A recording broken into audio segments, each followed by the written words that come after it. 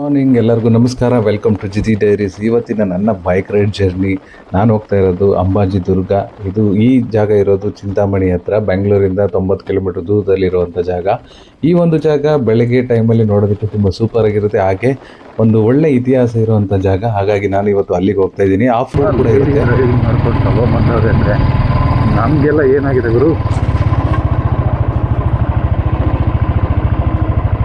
ಬೆಟ್ಟದ ಹೆಸರು ಅಂಬಾಜಿ ದುರ್ಗ ಬೆಟ್ಟ ಅಂತ ಹೇಳ್ಬಿಟ್ಟು, ಹಿಂದಿನ ಕಾಲದಲ್ಲಿ ಅಂಬೋಜಿರಾವ್ ಅಂತ ರಾಜರು ಆಳ್ವಿಕೆ ಮಾಡಿರೋವಂಥ ಜಾಗ ಇದು ಅಂಬಾಜಿ ದುರ್ಗ ಬೆಟ್ಟ. ಮತ್ತು ಮೇಲೆ ಅಂಬೋಜೀಶ್ವರ ಅಂತ ಈಶ್ವರ ಇದ್ದಾನೆ, ರಾಜರು ಪ್ರತಿಷ್ಠಾಪನೆ ಮಾಡಿರೋಂಥ ಈಶ್ವರ. ಮತ್ತು ಇವರು ಹೇಳಿದಾಗೆ ಈ ಜಾಗಕ್ಕೆ ಬಹುದೊಡ್ಡ ಇತಿಹಾಸ ಇದೆ. ಈ ಜಾಗದಲ್ಲಿ ಮುಖ್ಯವಾಗಿ 3 ದೇವಸ್ಥಾನಗಳನ್ನ ನೋಡ್ಬೋದು. ಒಂದು ಆಂಜನೇಯ ಸ್ವಾಮಿ ದೇವಸ್ಥಾನ, ಇನ್ನೊಂದು ದುರ್ಗಾ ಮಾತೆ, ಮತ್ತು ಈ ಬೆಟ್ಟದ ತುತ್ತ ತುದಿಯಲ್ಲಿ ಇರುವಂಥ ದೇವಸ್ಥಾನನೇ ಅಂಬಾಜೀಶ್ವರ ದೇವಸ್ಥಾನ, ಅಂದರೆ ಈಶ್ವರನ ದೇವಸ್ಥಾನ. ನಾವು ಆಂಜನೇಯ ಸ್ವಾಮಿ ದೇವಸ್ಥಾನದವರೆಗೂ ಬೈಕಲ್ಲಿ, ಕಾರಲ್ಲಿ ಬರ್ಬೋದು. ಆದರೆ ನೀವು ಅಂಬಾಜೀಶ್ವರನ ದೇವಸ್ಥಾನ ನೋಡಬೇಕು ಅಂದರೆ ಈ ಬೆಟ್ಟದ ತುತ್ತ ತುದಿ ನೀವು ನೋಡಬೇಕು ಅಂತ ಹೇಳಿದ್ರೆ ನೀವು ಸ್ವಲ್ಪ ದೂರ ನಡಿಲೇಬೇಕು. ಅದು ತುಂಬ ಸಖತ್ತಾಗಿರೋ ಜಾಗ. ನಿಮಗೆ ಟ್ರೆಕ್ಕಿಂಗ್ ಮಾಡೋದಕ್ಕೂ ಅಷ್ಟು ಕಷ್ಟ ಆಗಲ್ಲ.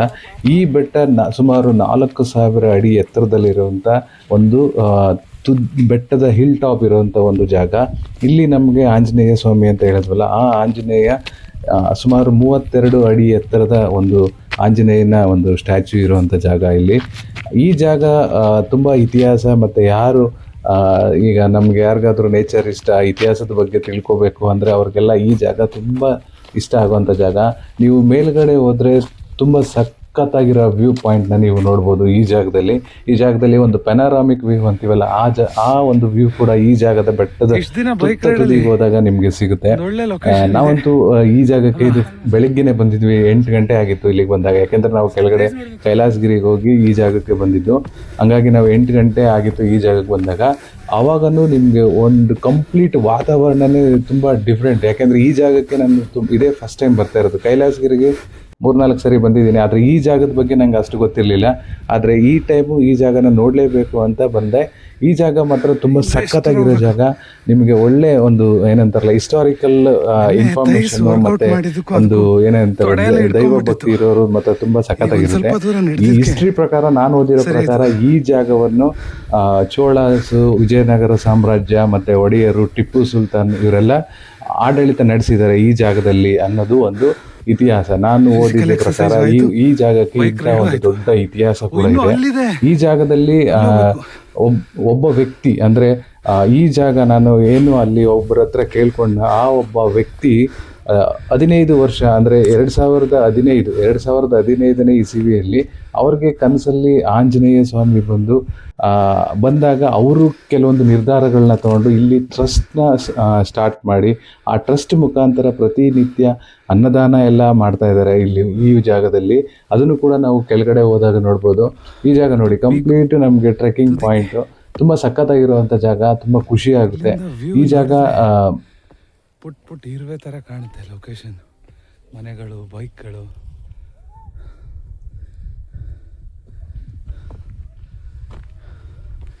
ಇನ್ನು ಸುಮಾರು ದೂರ ಹೋಗ್ಬೇಕು. ಈಗ ಆಲ್ಮೋಸ್ಟ್ ನಾವು ಬೆಟ್ಟದ ತುತ್ತ ತುದಿಗೆ ಬಂದ್ವಿ. ನೋಡಿ, ಇಲ್ಲಿರುವಂಥ ದೇವಾಲಯನೇ ಅಂಬಾಜೀಶ್ವರ ದೇವಸ್ಥಾನ, ಅಂದರೆ ಈಶ್ವರನ ದೇವಸ್ಥಾನ. ಈ ದೇವಸ್ಥಾನ ಈ ಬೆಟ್ಟದ ತುದಿಯಲ್ಲಿದೆ. ಈ ಜಾಗಕ್ಕೆ ಬರಬೇಕಂದ್ರೆ ನೀವು 1-1.5 ಕಿಲೋಮೀಟರ್ ನಡಿಲೇಬೇಕು, ಟ್ರೆಕ್ ಮಾಡಲೇಬೇಕು. ಅದಾದಮೇಲೆ ನಿಮಗೆ ಸಿಗುವಂಥ ಒಂದು ನೇಚರ್ ವ್ಯೂ, ಇದನ್ನು ನೀವು ಎಲ್ಲೂ ನೋಡೋಕ್ಕೆ ಸಾಧ್ಯನೇ ಇಲ್ಲ. ಈ ಒಂದು ಜಾಗದಲ್ಲಿ ಈ ಥರ ಒಂದು ವ್ಯೂ ಇದೆ ಅಂತ ನೀವು ಊಹಿಸೋಕ್ಕೂ ಸಾಧ್ಯ ಇಲ್ಲ. ಅಂಥ ಒಂದು ಜಾಗ ಈ ಜಾಗ ಅಂಬಾಜಿ ದುರ್ಗ ಬೆಟ್ಟ. ಈ ಜಾಗಕ್ಕೆ ಇತಿಹಾಸ ಹೇಗಿದೆಯೋ ಹಾಗೆಯೇ ಈ ಜಾಗದ ಕೆಲವೊಂದು ನಂಬಿಕೆಗಳು ಇದೇ ಆಂಜನೇಯ ಸ್ವಾಮಿ ದೇವಸ್ಥಾನ. ಇಲ್ಲಿ 32 ಅಡಿ ಎತ್ತರದ ಒಂದು ಆಂಜನೇಯನ ಶಿಲೆ ಇದೆ. ಈ ದೇವಸ್ಥಾನದ ಮುಂಭಾಗದಲ್ಲೇ ನಮಗೆ ಪ್ರತಿನಿತ್ಯ ಅನ್ನದಾನ ಕೂಡ ಮಾಡ್ತಾರೆ. ಆ ವ್ಯಕ್ತಿ ಒಂದು ನಿರ್ಧಾರ ತಗೊಂಡು ಅನ್ನದಾನ ಸ್ಟಾರ್ಟ್ ಮಾಡಿದ್ರು ಅಂತ ಹೇಳಿದ್ನಲ್ಲ, ಆ ವ್ಯಕ್ತಿ ಕಡೆಯಿಂದ. ಅದಾದ ಮೇಲೆ ಇಲ್ಲಿ ಕೆಲವೊಂದು ಆಚರಣೆಗಳು ಕೂಡ ಇದೆ. ಆಚರಣೆಗಳಂದರೆ, ನೀವು ಈ ಆಂಜನೇಯ ಸ್ವಾಮಿಗೆ ನಿಮ್ಮ ಬೇಡಿಕೆಗಳನ್ನಿಟ್ಟು ಒಂದು ತೆಂಗಿನಕಾಯನ್ನು ಇಲ್ಲಿ ಕಟ್ಟಿ ಹೋಗಿ, 48 ದಿನ ಆದಮೇಲೆ ಆ ದೇವಸ್ಥಾನಕ್ಕೆ 48 ಪ್ರದಕ್ಷಿಣೆ ಹಾಕಿ ಈ ತೆಂಗಿನಕಾಯಿ ತೆಗೆದು ನೀವು ಮನೆಯಲ್ಲಿ ತಗೊಂಡು ಏನಾದರೂ ಫಲಹಾರ ಮಾಡಿ ತಿನ್ನೋದ್ರಿಂದ ಒಳ್ಳೆಯದಾಗುತ್ತೆ ಅನ್ನೋದು ಇನ್ನೂ ಒಂದು ನಂಬಿಕೆ. ಅದಾದಮೇಲೆ ಇಲ್ಲಿ ಈ ಒಂದು ಅನ್ನದಾನ ಮಾಡೋದಕ್ಕೆ ಈ ಒಂದು ಏನು ಹೇಳ್ತಾರಲ್ಲ ಈ ಅಡುಗೆ ಮನೆ ಕಟ್ಟಿದ ಮೇಲೆ ಇಲ್ಲಿ ಉತ್ತ ಬೆಳೆಯಕ್ಕೆ ಸ್ಟಾರ್ಟ್ ಆಯ್ತಂತೆ. ಹಂಗಂತ ಅವರು ನನ್ನ ಹತ್ರ ಹೇಳ್ತಾಯಿದ್ರು. ಸೊ ನಾವು ಕೇಳಿದ್ವಿ, ನೋಡಿ ಅಲ್ಲಿ ನಿಮ್ಮ ಹೆಸರು ಕೂಡ ಬರೆದು ನಂಬರ್ ಬರೆದು ಹೋಗಿರ್ತಾರೆ. ಅದಾದಮೇಲೆ ನಾನು ಅವ್ರ ಹತ್ರ ಮಾತಾಡಿದಾಗ ದುಷ್ಟ ಸಂಹಾರ ವೀರಾಂಜನೇಯ ಮತ್ತೆ ಇದು ಅಂಬಾಜಿ ದುರ್ಗ ಬೆಟ್ಟದಲ್ಲಿ ದುರ್ಗಾದೇವಿ ಪ್ರತಿಷ್ಠಾಪನೆ ಮಾಡಬೇಕು ಅಂತ ಅಷ್ಟಮಂಗಲ ಪ್ರಶ್ನೆ ಹೇಳಿದ್ಮೇಲೆ ದುರ್ಗಾದೇವಿದನ್ನು ರೀಸೆಂಟಾಗಿ ಪ್ರತಿಷ್ಠಾಪನೆ ಮಾಡಿದ್ದಾರೆ. ಇದೆಲ್ಲ ಆದಮೇಲೆ ಮೇಲೆ ಒಂದು ಎಣ್ಣೆ ಬಾವಿ ಅಂತ ಒಂದು ಬಾವಿ ಇದೆ. ಅದು ಸೀತಾ ಮತ್ತೆ ರಾಮ ಸೀತೆ ವನವಾಸ ಬಂದಾಗ ನೀರಲ್ಲಿ ದೀಪ ಹಚ್ಚಿದ್ರಂತೆ. ಆ ಬಾವಿಯಲ್ಲಿ ನೀರು ಯಾಕೆ ಎಣ್ಣೆ ಕಣಜ ಅಂತ ಒಂದು ಹೆಸರು ಬಂದಿದೆ ಅಂದರೆ ಸೀತಾ ಮತ್ತೆ ನೀರಲ್ಲಿ ದೀಪ ಹಚ್ಚಿರೋದಕ್ಕೆ ಆ ಥರ ಹೆಸರು ಬಂದಿದೆ. ಆ ನೀರನ್ನು ಕುಡಿದ್ರೆ ಸ್ವಲ್ಪ ಜನ ಮಗು ಇಲ್ದವ್ರಿಗೆ ಮತ್ತು ಮದುವೆ ಇಲ್ದವ್ರಿಗೆ ಏನಾದರೂ ಹೆಲ್ತ್ ವೀಕ್ ಇದ್ದರೆ ಮತ್ತು ಸ್ಟ್ರೋಕ್ ಆಗಿದ್ರೆ ಏನಾದರೂ BP ಶುಗರ್ ಇದ್ದರೆ ಸುಮಾರು ಜನ ಆ ನೀರನ್ನು ಕುಡಿದು ಸಕ್ಸಸ್ ಆಗಿರೋ ಅಂಥವರು ಬಂದು ಇಲ್ಲಿ ಡೆವಲಪ್ ಮಾಡಿಸ್ತಾ ಇದ್ದಾರೆ. ಮತ್ತು ಇಲ್ಲಿ ಆ ನೀರನ್ನು ನಿಧಿ ತೆಗಿಯೋರು ಕಿತ್ತಾಕೋ ಟೈಮಲ್ಲಿ ಇವ್ರಿಗೆ ನಾರಾಯಣ ಸ್ವಾಮಿ ಅನ್ನೋರಿಗೆ ಕನ್ಸಲ್ಲಿ ಹೋಗಿದೆ. ಅವರು ನಾರಾಯಣ ಸ್ವಾಮಿ ಅಂತ ಅವರು ಸಣ್ಣ ಒಂದು ಕೂಲಿ ಮಾಡೋ ಅಂಥವ್ರು, ನೀವು ಹೇಳಿ.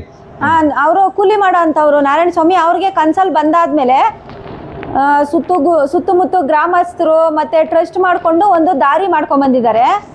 ದಾರಿ ಎಲ್ಲ ಮಾಡಿದ್ದಾದಮೇಲೆ ಸುಮಾರು ಜನ ಬರೋದಕ್ಕೆ ಸ್ಟಾರ್ಟ್ ಮಾಡಿದ್ರು. ಮತ್ತು ಒಬ್ಬರೇ 7,000 ಮರ ಗಿಡ ಹಾಕಿದ್ದಾರೆ, ಗೋಶಾಲೆ ಮಾಡ್ಕೊಂಡಿದ್ದಾರೆ, ಡೈಲಿ ಅನ್ನದಾನ ಮಾಡ್ಕೊಂಡಿದ್ದಾರೆ. ಇದೆಲ್ಲ ಮಾಡಿಕೊಂಡು ಇಲ್ಲಿ ದಿನನಿತ್ಯ ಡೈಲಿ ಪೂಜೆ ಮತ್ತು ಜೀಪಿನ ವ್ಯವಸ್ಥೆ ಕೂಡ ಇಟ್ಕೊಂಡಿದ್ದಾರೆ. ಡೈಲಿ ಬರೋದಕ್ಕೆ ಯಾಕಂದರೆ ಇಲ್ಲಿ ಮಣ್ಣು ರೋಡ್ ಇದೆ, ಬರೋದಕ್ಕೆ ತುಂಬಾ ಜನ ಭಯ ಬೀಳ್ತಾರೆ. ಇದು ಯಾವಾಗ ಅವರು ಸ್ಟಾರ್ಟ್ ಮಾಡಿದ್ರು? 2015 ಅಲ್ಲಿ ಅವರು ದಾರಿ ಮಾಡೋದಕ್ಕೆ ಸ್ಟಾರ್ಟ್ ಮಾಡಿದ್ರು. ಇದು 2015 ಅಲ್ಲಿ ಈ ತರ ಓಲ್ಡ್ ಸ್ಟೋರಿ ಫೋಟೋ ಅದು. ಈ ತರ ಇತ್ತು ದೇವಸ್ಥಾನ. ಆಮೇಲೆ ಅದೆಲ್ಲ ಆದ್ಮೇಲೆ ಇಲ್ಲಿ ದುಷ್ಟ ಸಂಹಾರ ವೀರಾಂಜನೇಯ ಅನ್ನೋ ದೇವರಿಗೆ ಇಲ್ಲಿ ಅರ್ಕೆ ತೆಂಗಿನಕಾಯಿ ಅಂತ ಕಟ್ತಾರೆ. ತೆಂಗಿನಕಾಯಿ ಕೂಡ ಇದೆ. ಸುಮಾರು ಜನ 48 ಪ್ರದಕ್ಷಿಣೆ ಹಾಕಬೇಕು. 48 ಪ್ರದಕ್ಷಿಣೆ ಆದಮೇಲೆ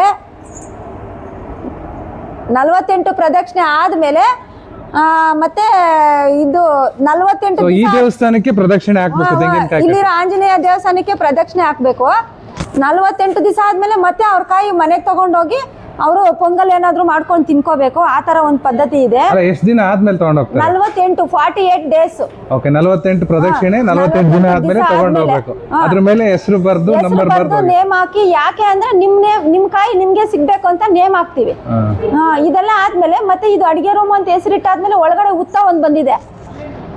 ಅದಕ್ ಮುಂಚೆ ಏನು ಇರ್ಲಿಲ್ಲ, ಉತ್ತ ಒಂದ್ ಬಂದಿದೆ ನೋಡ್ರಿ. ಆ ಉತ್ತ ಈ ಮನೆ ಕಟ್ಟಿದ್ಮೇಲೆ ಬೆಳೀತಾ ಇದೆ. ಒಳಗಡೆ ಕಟ್ಟಕ್ ಮುಂಚೆ ಏನಿಲ್ಲ, ಖಾಲಿ ಫೀಲ್ಡ್ ತರ ಇತ್ತು. ಆಮೇಲೆ ಕಟ್ಟಿ ಆದ್ಮೇಲೆ ಬಂದಿರೋದಕ್ಕೆ ನಾವು ಅನ್ನಪೂರ್ಣೇಶ್ವರಿ ಅನ್ಕೊಂಡು ಡೈಲಿ ಪೂಜೆ ಮಾಡಿ ಅಲ್ಲಿ ಪ್ರಸಾದ ಇಟ್ಟಾದ್ಮೇಲೆ ಅಷ್ಟು ಜನಕ್ಕೂ ನಾವು ಊಟ ಕೊಡ್ತೀವಿ. ಶನಿವಾರ ಭಾನುವಾರ ಒಂದು 1000 ಜನ ತನಕ ಬಂದು ಡೈಲಿ ಊಟ ಮಾಡ್ಕೊಂಡು ಹೋಗ್ತಾರೆ. ಮತ್ತೆ ರೆಗ್ಯುಲರ್ ಆಗಂದ್ರೆ ಮಂಡೆಯಿಂದ ಫ್ರೈಡೇ ತನಕ ಒಂದು 500 ಆದ್ರೂ ಬಂದೇ ಬರ್ತಾರೆ, ಬಂದು ತಗೊಂಡು ಹೋಗ್ತಾರೆ.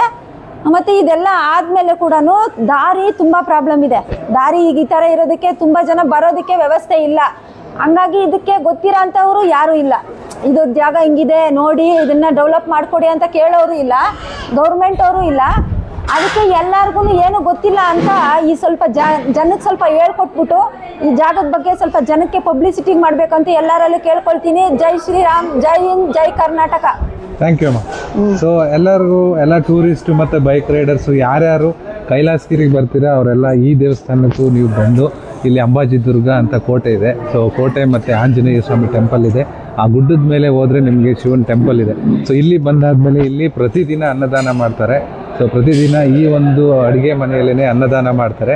ಎಲ್ಲರೂ ಬಂದು ಇಲ್ಲಿ ನಿಮ್ಮ ಕೈಲಾದಷ್ಟು ಸಹಾಯ ಮಾಡಬೇಕು. ನೀವು ಬೇಕಿದ್ದರೆ ಇದನ್ನು ನಾನು ನಿಮಗೆ ಸ್ಕ್ಯಾನರ್ನ ನನ್ನ ವಿಡಿಯೋ ಕೊನೆಯಲ್ಲಿ ಹಾಕಿರ್ತೀನಿ. ಸೊ ನೀವು ಆ ಸ್ಕ್ಯಾನರ್ಗೆ ನೀವು ಸ್ಕ್ಯಾನ್ ಮಾಡಿ ಕೂಡ ನೀವು ಡೊನೇಟ್ ಮಾಡ್ಬೋದು. ಸೊ ನೀವು ಯಾವಾಗ, ಇದು ಒಂದು ಒಳ್ಳೆ ಪ್ಲೇಸ್ ಅಂತಲೇ ಹೇಳ್ಬೋದು, ಒಳ್ಳೆ ವಾತಾವರಣ ಇರುವಂಥ ಪ್ಲೇಸು. ಸೊ ಇಲ್ಲಿ ಬಂದಾಗ ನೀವು ತಪ್ಪದೆ ಈ ಒಂದು ಅನ್ನದಾನ ಶಿಬಿರಕ್ಕೆ ಬಂದು ಅನ್ನದಾನ ಊಟ ಮಾಡಿಕೊಂಡು ಮತ್ತು ನಿಮ್ಮ ಕೈಲಾದಷ್ಟು ಸಹಾಯ ಮಾಡಬೇಕು ಅಂತ ಈ ವಿಡಿಯೋ ಮುಖಾಂತರ ಕೇಳ್ಕೊತೀನಿ. So thank you. ಇಷ್ಟು ದಿನ ಬೈಕ್ ರೈಡ್ ಹೋಗಿದ್ದ ಜಾಗದಲ್ಲಿ ನನಗೆ ತುಂಬ ಇಷ್ಟ ಆದಂಥ ಜಾಗ ಈ ಜಾಗ.